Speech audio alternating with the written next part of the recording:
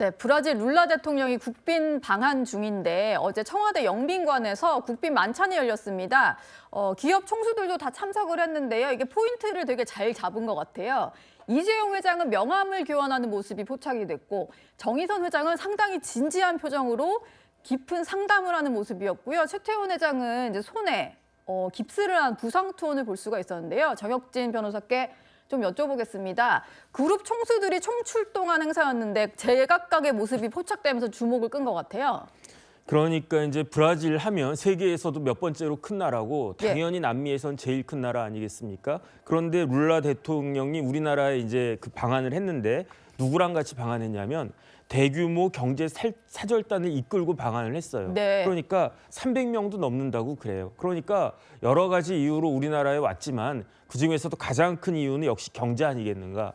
우리나라 재벌 총수처럼 바쁜 사람이 어디 있겠습니까? 진짜 1분 1초를 나누어서 쓰는 그런 사람들인데 예. 그런 분들이 저렇게 한자리에 모였다라는 것만으로도 브라질의 위상이 굉장히 큰 것 같다 그런 생각은 들고요. 예. 그다음에 이재용 회장은 명함을 교환했다라고 했는데 제가 알고 있기로는 삼성 그 회장 명함은 굉장히 심플한 걸로 알고 있거든요. 심플. 예. 예, 그거 받아서 여기에 무슨 내용이 들어있어야 되는데 뭐 개인 전화번호도 없을 것 같다는 그런 생각이 들고 네. 그다음 그 명함 받은 다음에 추가적인 내용들은 더 알아봐야 되지 않을까 그런 생각이 들고요. 그다음에 지금 현대자동차도 이런저런 문제로 특히 대미 시장이나 이런 관련해 가지고 쉽지 않지 않습니까? 예. 그러니까 정의선 회장은 굉장히 그 여러 가지 고민이 있는 가운데 브라질 대통령 만날 수밖에 없었던 것 같고 제일 이색적인 거는 최태원 회장인 것 같아요. 왜냐하면 최태원 회장 조금 전에 봤지만 다쳤거든요. 그러니까 손이 다쳤네요. 그러니까요. 그래서 웬만하면은 좀 이런저런 그 건강 문제를 좀 챙겨야 되는데 그럼에도 불구하고 브라질 대통령이 방한했다라고 하니까 참석해서 SK 입장에서도 여러 가지 해야 될 일들이 있지 않았는가 그런 모습들이 저 그림을 통해서 그 등장한 것이 아닌가 싶습니다. 예.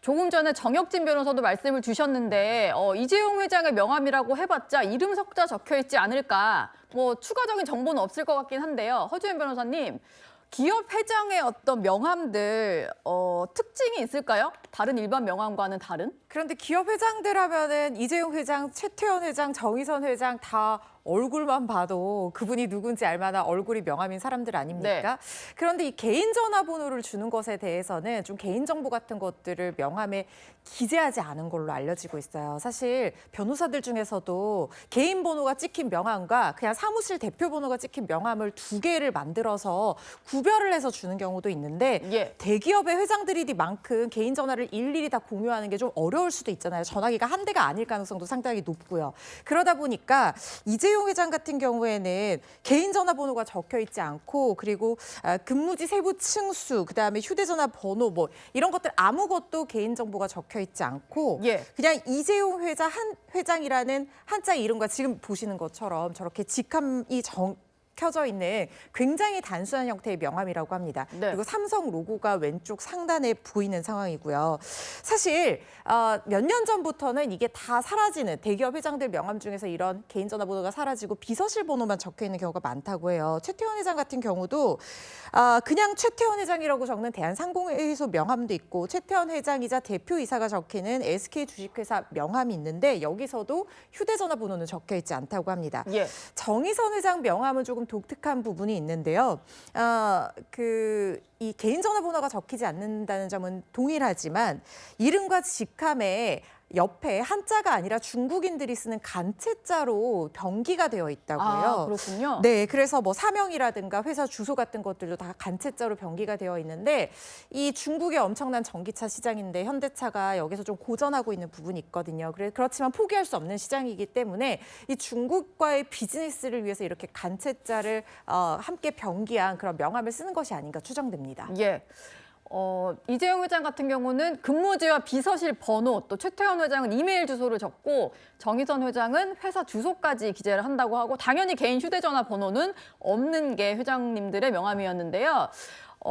최진봉 교수님께 좀 여쭤보겠습니다. 삼성 같은 경우는 이건희 선대 회장의 명함도 상당히 특이했다고 하더라고요. 맞습니다. 그러니까 지금 이제 이재용 회장 같은 경우 일반 삼성에서 쓰는 그 명함의 로고가 어떻게 되냐면 삼성 로고가 파란색이잖아요. 예. 로고에다가 자기 직함만 썼어요, 이렇게. 근데 여기 지금 이건희 지금 나오는 사진이 이건희 회장의. 쓰셨던 건데 저거는 본인 사인이거든요. 네. 그러니까 보통 명함에다 사인을 쓰는 경우는 극히 좀 이례적인데 그리고 밑에 이제 이름을 쓰신 거예요. 건희 리 이렇게. 네. 그렇게 썼으니까 그리고 지금 로고도 보면 하얀색이거든요.